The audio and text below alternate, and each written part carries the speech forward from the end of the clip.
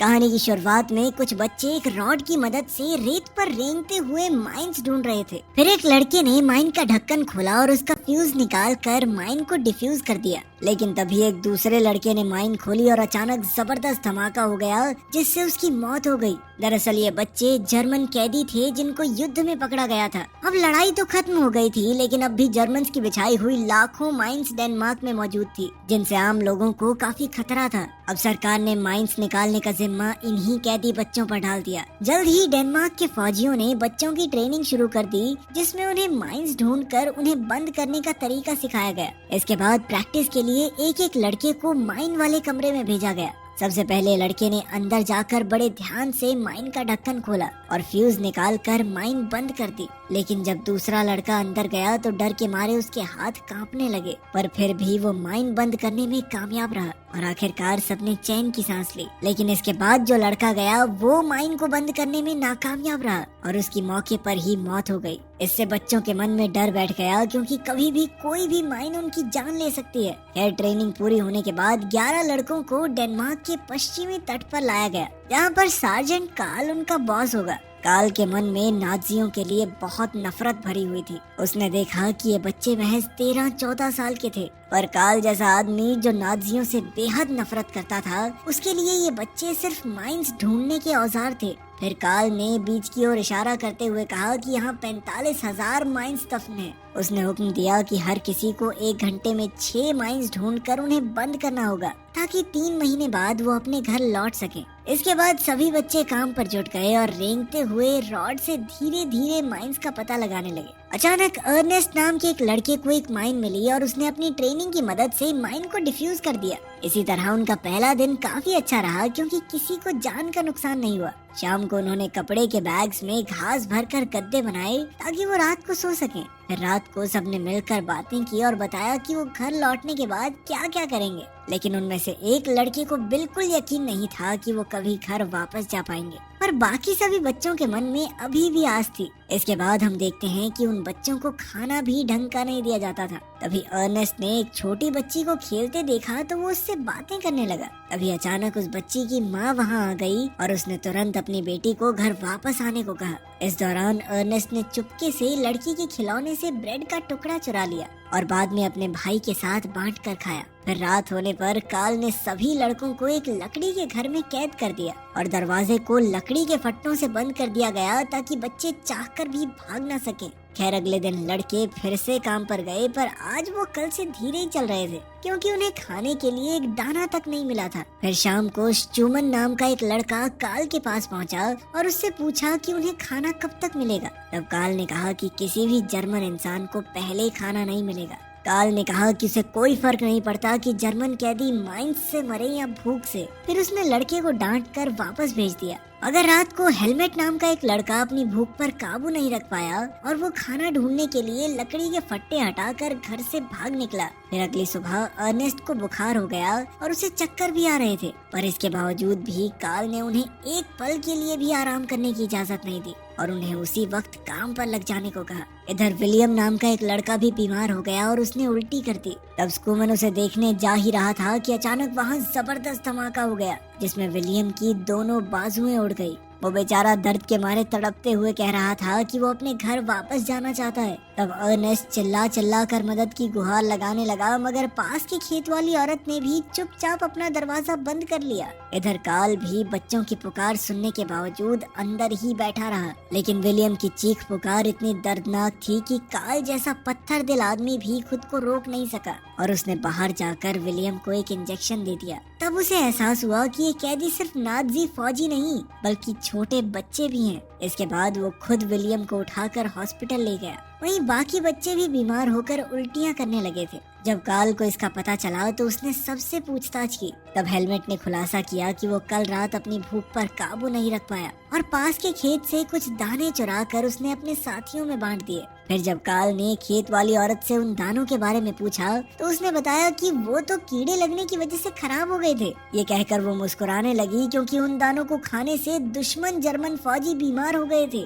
खैर फिर कार्ल ने सभी बच्चों को लगातार समुद्र का पानी पीने को कहा ताकि कीड़े वाले दाने उल्टी के जरिए बाहर आ जाएं। इसके बाद उसने सभी बच्चों को नहलाया और बाद में विलियम को देखने हॉस्पिटल पहुंचा। और तब उसे पता चला कि हॉस्पिटल पहुंचने के कुछ समय बाद ही विलियम की मौत हो गई थी। ये सुनकर कार्ल को बहुत पछतावा हुआ क्योंकि उसने बच्चों को भूखा रखा था। फिर शाम को वो मिलिट्री बेस से ब्रेड चुराकर बच्चों के लिए लाया और ब्रेड दरवाजे पर रख दिए। जैसे ही बच्चों ने खाना देखा तो वो तुरंत उस पर टूट पड़े क्योंकि वो कई दिनों से भूखे थे। बाद में जब कार्ल बच्चों से मिला तो उनका मन रखने के लिए उसने कह दिया कि विलियम की तबीयत धीरे धीरे ठीक हो रही है। ये सुनकर सभी बच्चे बेहद खुश हुए, लेकिन अब विलियम के ना होने की वजह से हर बच्चे को 1 घंटे में 8 माइंस बंद करनी होंगी। फिर भी बच्चे खुशी खुशी काम करने में जुट गए और यहाँ से घर लौटने का प्लान बनाने लगे। इन बच्चों को किसी से कोई शिकायत या गुस्सा नहीं था क्योंकि वो जानते थे कि वो बाकी जर्मन फौजियों की हुई गलतियों की भरपाई कर रहे हैं। फिर रात को अचानक कुछ डेनमार्क के फौजियों ने शराब पीकर बच्चों पर हमला कर दिया और वो बेचारे डर के मारे कुछ नहीं कर सके। जब कुछ लड़कों ने जवाब देने की कोशिश की तो फौजियों ने उन पर बंदूकें तान दी। वो गोली चलाने ही वाले थे कि ऐन वक्त पर कार्ल ने वहां आकर कहा कि अगर ये बच्चे मारे गए तो उन्हें अपने आदमियों से माइंस बंद करवानी होंगी। ये सुनकर फौजियों ने बच्चों को छोड़ तो दिया, पर जाने से पहले लेफ्टिनेंट ने कार्ल से कहा कि वो युद्ध के दौरान जर्मन फौजियों के अत्याचारों को भूले ना।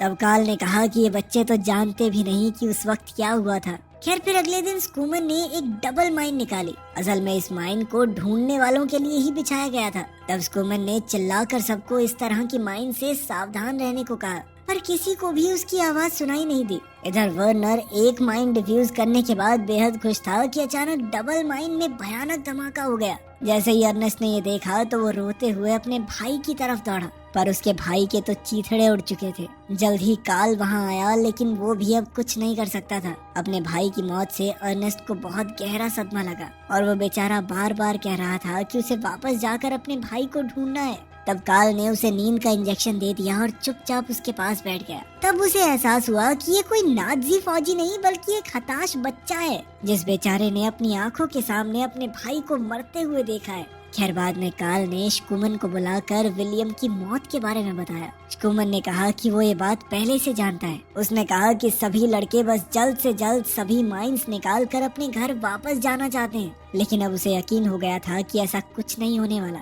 तब कार्ल ने कुछ ऐसा कहा जो उसने आज तक नहीं कहा था। उसने कहा कि फिक्र मत करो, जल्द ही सब ठीक हो जाएगा। उस रात कार्ल ने दरवाजा बंद नहीं किया और खुद मिलिट्री बेस से बच्चों के लिए ब्रेड लेने चला गया।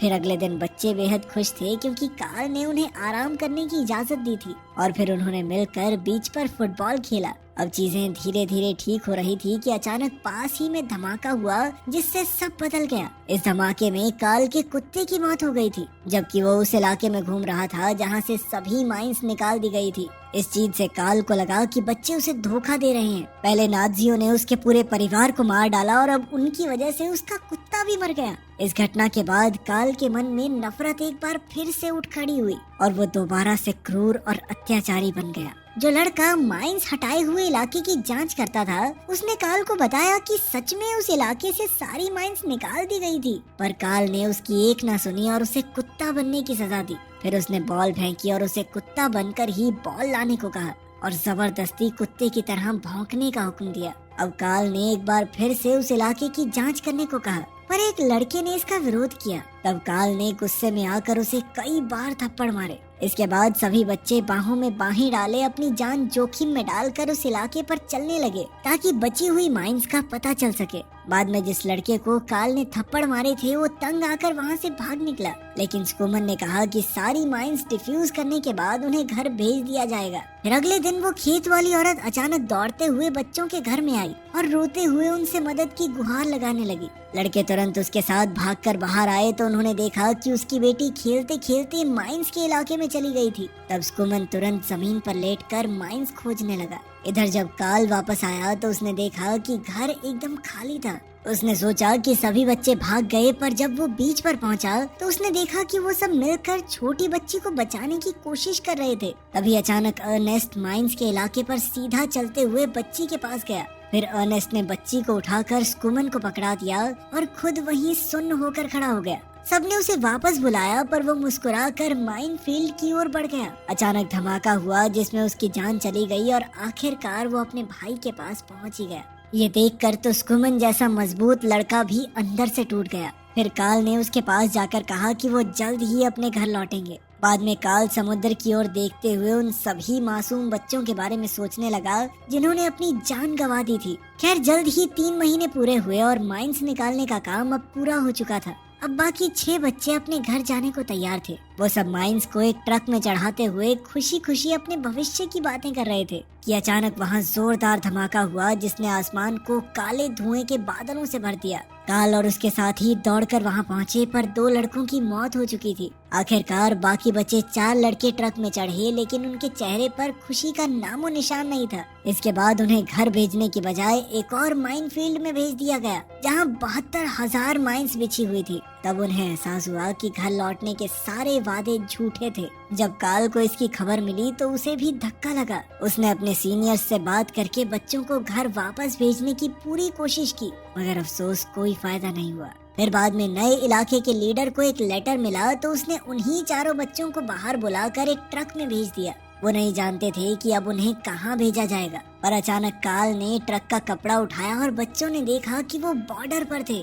आखिरकार बच्चों को सरहद पर छोड़कर उसने उन्हें घर पहुंचाने का वादा पूरा किया। असल में काल ने ही एक नकली ऑर्डर भेजा था जिस वजह से उन 4 को रिहा कर दिया गया।